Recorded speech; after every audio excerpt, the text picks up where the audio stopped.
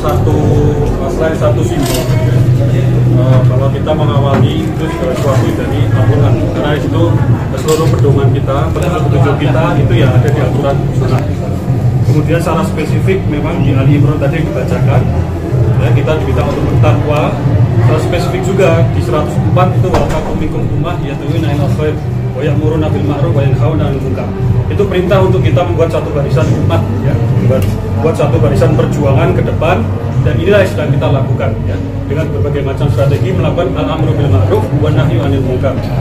Amar ma'ruf, mengajak kepada kebajikan, mencegah segala sesuatu yang munkar, dan juga ekspansi dalam konteks kehidupan bernegara ada al-amru bil adli wa nahyu 'anil dzulmi, tegakkan keadilan lawan kezaliman. Jadi itu semangat yang dibawa dari Ali Imran 104. Juga tadi di akhir surat Ali Imran 105 itu bagaimana kita diperintahkan untuk menjaga barisan kita, karena nanti pasti akan digoda dari kanan kiri, dari atas bawah ya, dari dalam. Wala taqulu kalladzina tafarraqu wakhtalafu min ba'di ma ja'ahumul bayyinah. Itu supaya kita jangan sampai bercerai-berai, jangan sampai berpisah, jangan sampai berintilaf ya, supaya menjaga selalu kebersamaan dalam perjuangan ke depan. Ya, jadi ini ada makna yang dalam ya, bagi setiap perjuangan Partai Umat yang juga disimbolkan dalam setiap awal acara. Kira-kira begitu.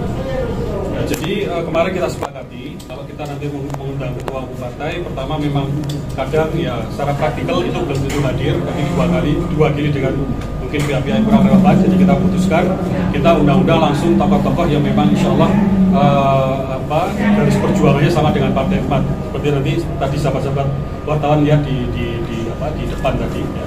Dari ada Ahmad Khalid Ridwan, Pak Kiai Khalid Ridwan, ada Pak Usama Hisham ya, dan lain sebagainya dari Al-Wasliyah dan seterusnya.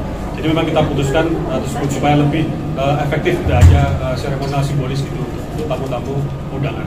Kemudian selain baca pres, ya, insya Allah besok akan datang dua, ini sudah diinfokan, ada Pak Anies dan juga Pak Gatot.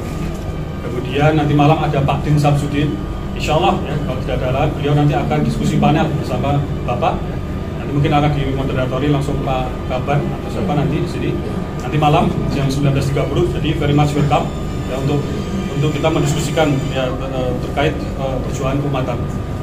Kemudian hari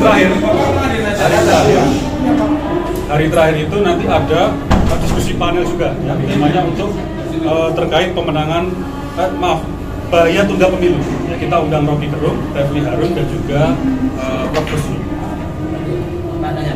Saya dari ID Times. Tadi disebutkan bahwa Partai Umat akan melawan dan narasi-narasi yang tidak tentang politik identitas. Artinya Partai Umat akan menggunakan politik identitas dalam gelaran pemilunya. Bisa jelaskan Pak tentang hal itu? Ya. Jadi politik identitas di Indonesia atribusinya, ya nisbatnya itu semata-mata kepada agama, dan kita tahu agama Islam. Ini suatu yang salah. Ya. Pertama berangkat suatu salah. Tapi oke lah, kita masuk ke sana. Justru di sini ya, kita momen ingin menyampaikan pikiran-pikiran ya, untuk balancing ya, untuk mengcounter itu semua.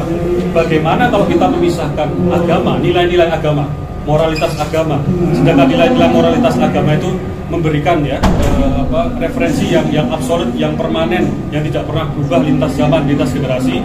Kemudian kalau kita pisahkan dari politik, maka politik kita menjadi politik yang tanpa arah. Politik yang nanti referensinya kebenaran yang relatif, yang situasional, ya, etika-etika yang situasional. Jadi di sini benar, nanti di sana salah, nggak apa-apa selama membawa keuntungan buat saya. Di luar negeri sana benar, ya LGBT, kemudian dibawa ke sini, oh ya di sana juga benar selama menguntungkan buat saya ambil.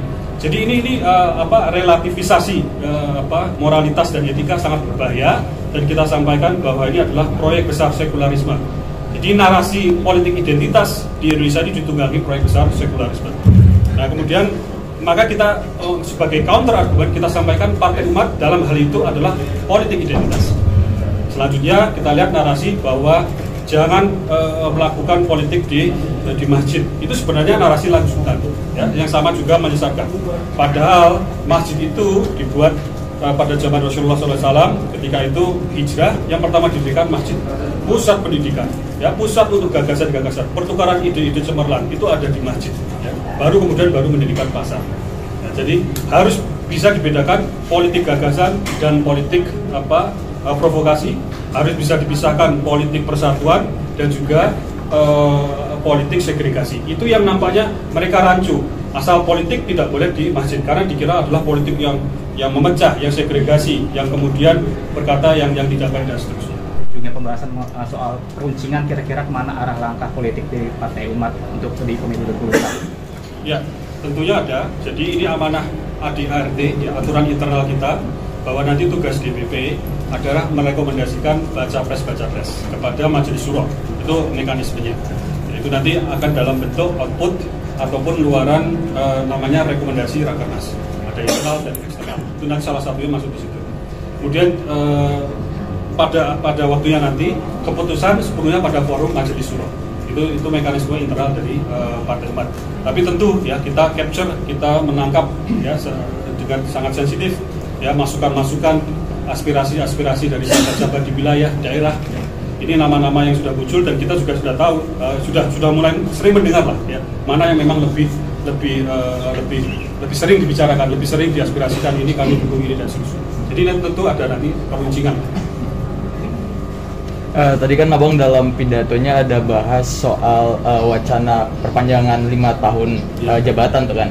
Terus ada menirukan gaya-gaya jawaban para tokoh politik itu kira-kira siapa itu Jo yang ditiru? Nah itu kayaknya semua pada tahu kan ya. Pertama jawaban model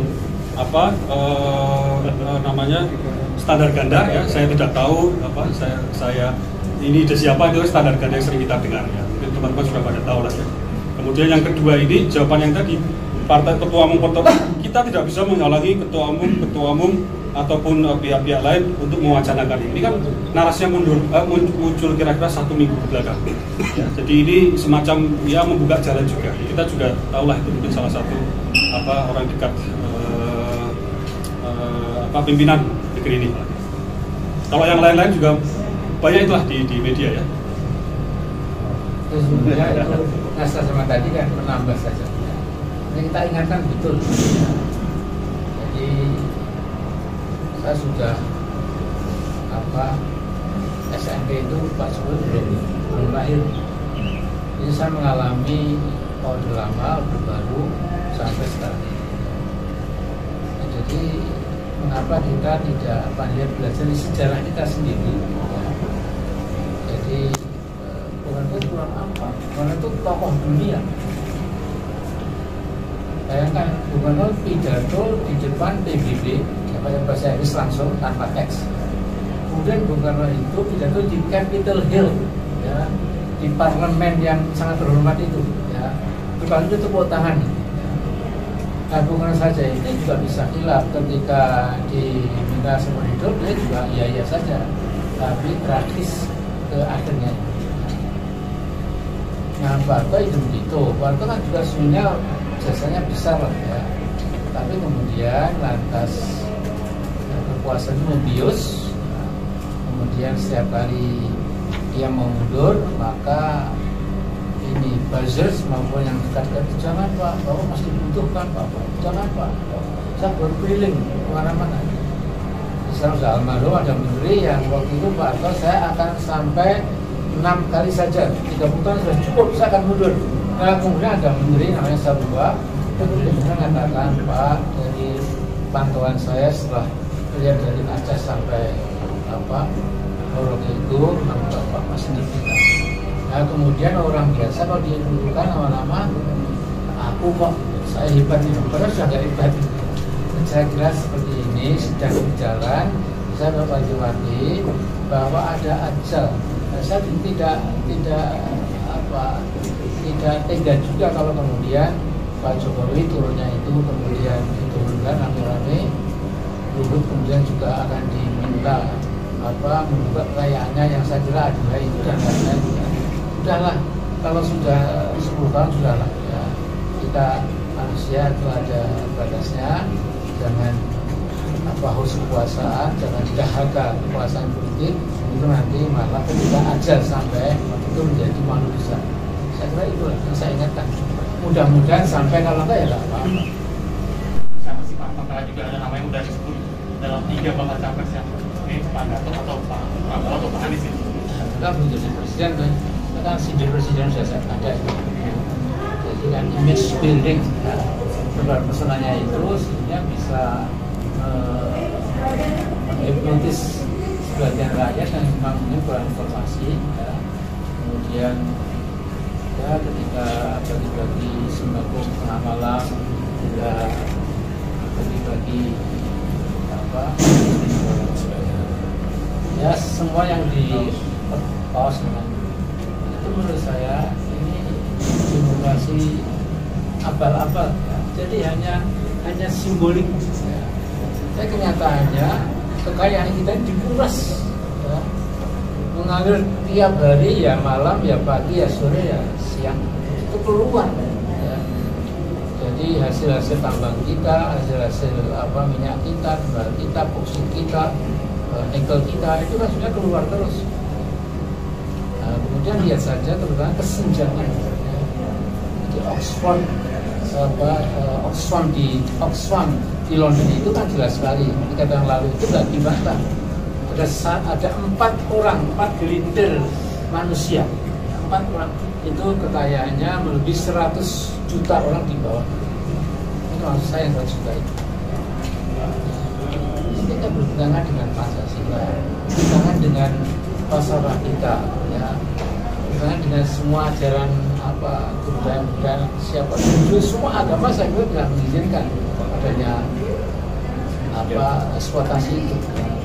Jadi ya tentu sangat menyebut nama tidak etis. Tapi maksud saya adalah itu Pak itu gitu aja lah ya, Pak Fulan.